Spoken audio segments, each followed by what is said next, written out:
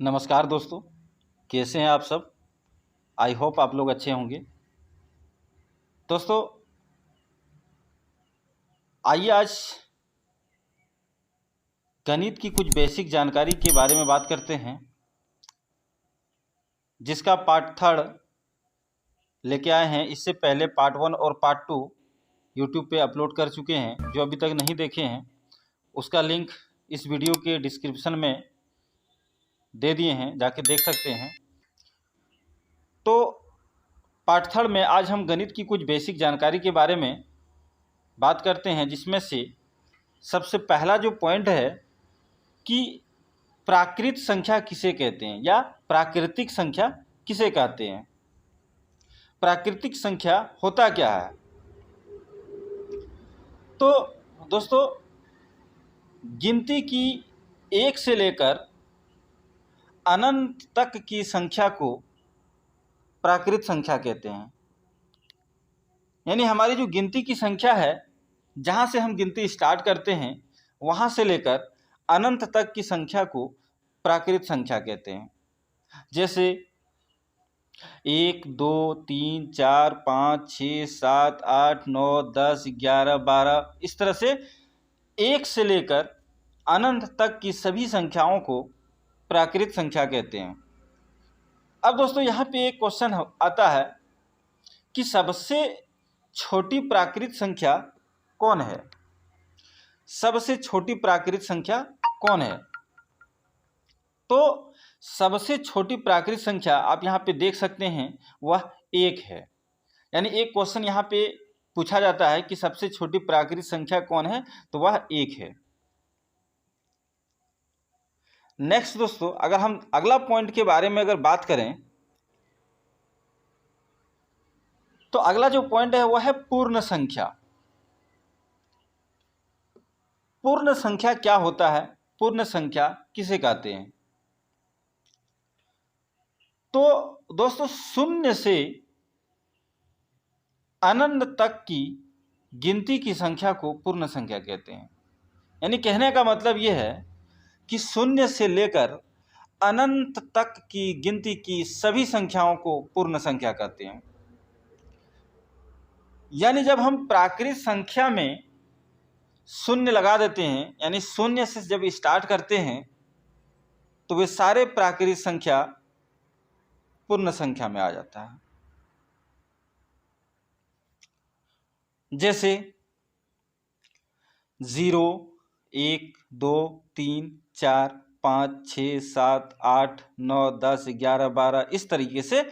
यानी 0 से लेकर अनंत तक की सभी गिनती की संख्याओं को पूर्ण संख्या कहते हैं।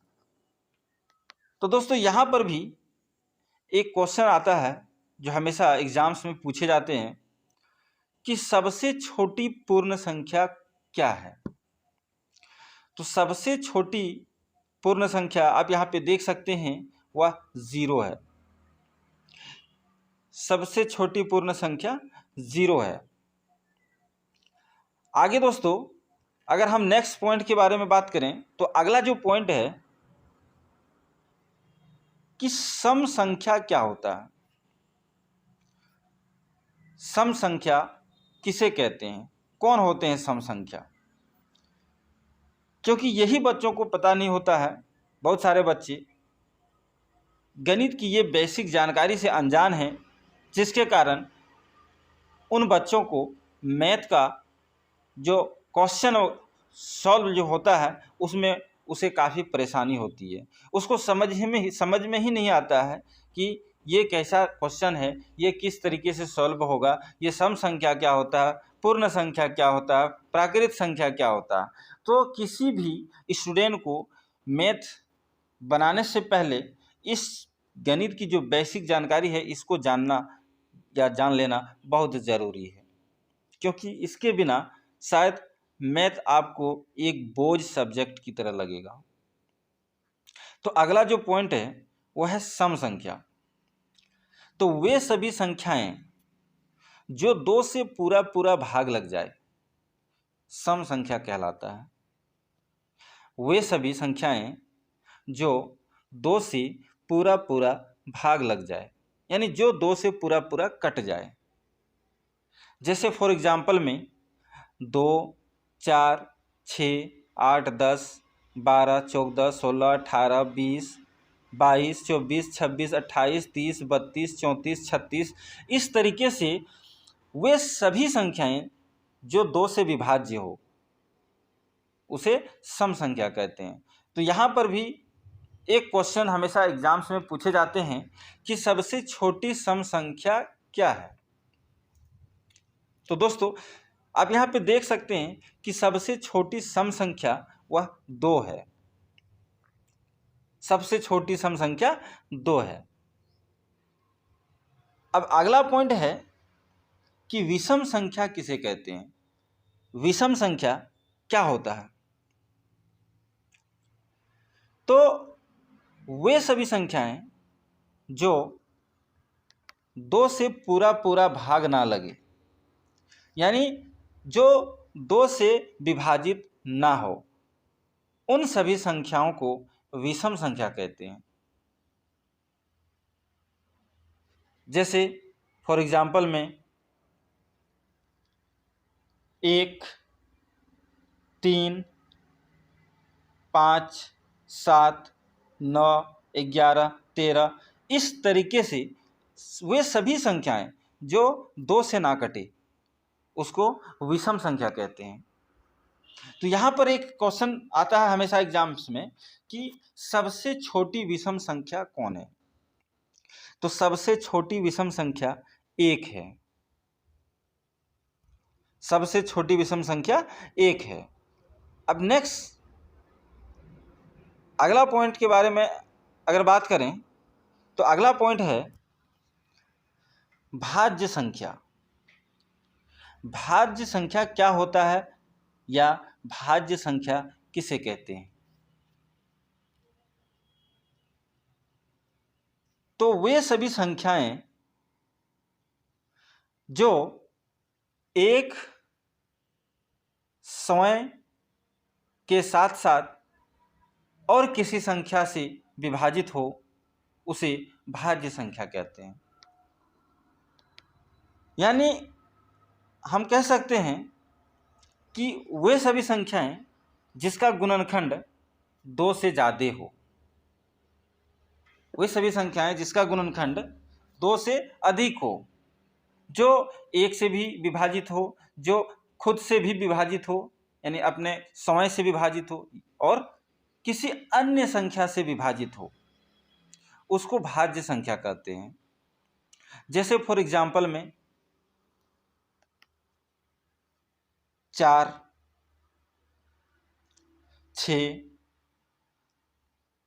8, 9, 10, 12, 14, 15, इस तरीके से वे सभी संख्याएं जिसका गुणनखंड 2 से अधिक हो। जैसे 4 का गुणनखंड 1 से भी 4 कटेगा, विभाजित होगा, 2 से भी विभाजित होगा और 4 से भी विभाजित होगा। 6 1 से भी विभाजित होगा, 2 से भी विभाजित होगा, 2 तिया 6, 3 से भी विभाजित होगा, 3 दूनी 6 और समय यानी 6 से भी विभाजित होगा। तो इस तरीके से हम कह सकते हैं कि वे सभी संख्याएं जिसका गुणनखंड 2 से अधिक हो उसको भाज्य संख्या कहते हैं। तो यहाँ पे भी एक क्वेश्चन आता है जो हमेशा एग्जाम्स में पूछे जाते हैं कि सबसे छोटी भाज्य संख्या क्या है। तो सबसे छोटी भाज्य संख्या आप यहाँ पे देख सकते हैं 4 है। अब दोस्तों अगला पॉइंट के बारे में अगर बात करें तो अगला पॉइंट है अभाज्य संख्या। अभाज्य संख्या क्या है या अभाज्य संख्या किसे कहते हैं? तो दोस्तों वे सभी संख्याएं जो एक और समय के अलावे किसी और संख्या से विभाजित ना हो, यानी वैसी संख्या जिसका गुणनखंड 2 से अधिक ना हो, यानी जो 1 से विभाजित हो और वह समय यानी खुद अपनी ही संख्या से विभाजित हो, इसके अलावा और किसी संख्या से विभाजित ना हो, उसको अभाज्य संख्या कहते हैं। जैसे 2, 3, 5, 7, 11, 13 इस तरीके से आप यहाँ पे देख सकते हैं कि 2 का जो गुणनखंड है यानी 2 1 से विभाजित होगा और सिर्फ 2 से ही विभाजित होगा, इसके अलावा और किसी संख्या से विभाजित नहीं होगा। 3 1 से विभाजित होगा और 3 से ही विभाजित होगा, इसके अलावा और किसी संख्या से विभाजित नहीं होगा। 5 1 से विभाजित होगा और खुद समय से विभाजित होगा, यानी 5 खुद 5 से विभाजित होगा, इसके अलावा और किसी भी संख्या से विभाजित नहीं होगा। 7 1 से विभाजित होगा और 7 से विभाजित होगा, इसके अलावा और किसी संख्या से विभाजित नहीं होगा। तो इस तरीके से हम कह सकते हैं कि वे सभी संख्याएं जिसका गुणनखंड 2 से अधिक ना हो, यानी वे संख्याएं जो 1 और समय से विभाजित हो, इसके अलावा और किसी भी संख्या से विभाजित ना हो, उसको अभाज्य संख्या कहते हैं। अब अगला पॉइंट पे यहाँ पे आते हैं। अगला पॉइंट है भिन्न किसे कहते हैं या भिन्न क्या होता है। तो किसी तत्व के निश्चित हिस्से को भिन्न कहते हैं, किसी भी तत्व के निश्चित हिस्से को भिन्न कहते हैं और भिन्न का मान कभी भी 1 से अधिक नहीं होता है। याद रखना दोस्तों, किसी भी तत्व के निश्चित हिस्से को भिन्न कहते हैं और भिन्न का मान कभी भी 1 से अधिक होता ही नहीं है। जैसे 1/2, 3/4, 5/7, 7/8 इस तरीके से सभी संख्याएं भिन्न कहलाती है, जिसमें अंश और हर हो। ऊपर वाला को अंश कहा जाता है, नीचे वाला को हर कहा जाता है। तो क्लियर है दोस्तों, भिन्न किसी भी तत्व के निश्चित हिस्से को भिन्न कहते हैं और भिन्न का मान हमेशा 1 से कम होता है। नेक्स्ट दोस्तों, यहाँ पे अगला पॉइंट के बारे में अगर हम बात करें तो भिन्न कितने प्रकार के होते हैं, भिन्न के प्रकार क्या है, कौन कौन से भिन्न होते हैं। तो दोस्तों यहाँ पे बताना चाहूँगा कि भिन्न 2 प्रकार के होते हैं। भिन्न 2 प्रकार के होते हैं, एक साधारण भिन्न और दूसरा संयुक्त भिन्न। अब ये साधारण भिन्न और संयुक्त भिन्न क्या है दोस्तों, इसके बारे में पार्ट 4 में बात करेंगे, क्योंकि वीडियो ऑलरेडी लंबी हो चुकी है। तो पार्ट 4 में हम भिन्न के जो प्रकार हैं, साधारण भिन्न और संयुक्त भिन्न, इसको डिफाइन करेंगे कि साधारण भिन्न क्या होता है और संयुक्त भिन्न क्या होता है। तो दोस्तों आई होप, आशा है कि आप समझ गए होंगे, जितने भी मैथ की जो ये बेसिक पॉइंट है इसको समझ गए होंगे। और किसी भी तरह का अगर कोई दिक्कत हो जो समझ नहीं पाए हैं, कहीं पर कोई कन्फ्यूजन हो, डाउट हो, तो आप कमेंट बॉक्स में आप उस डाउट को क्लियर करा सकते हैं।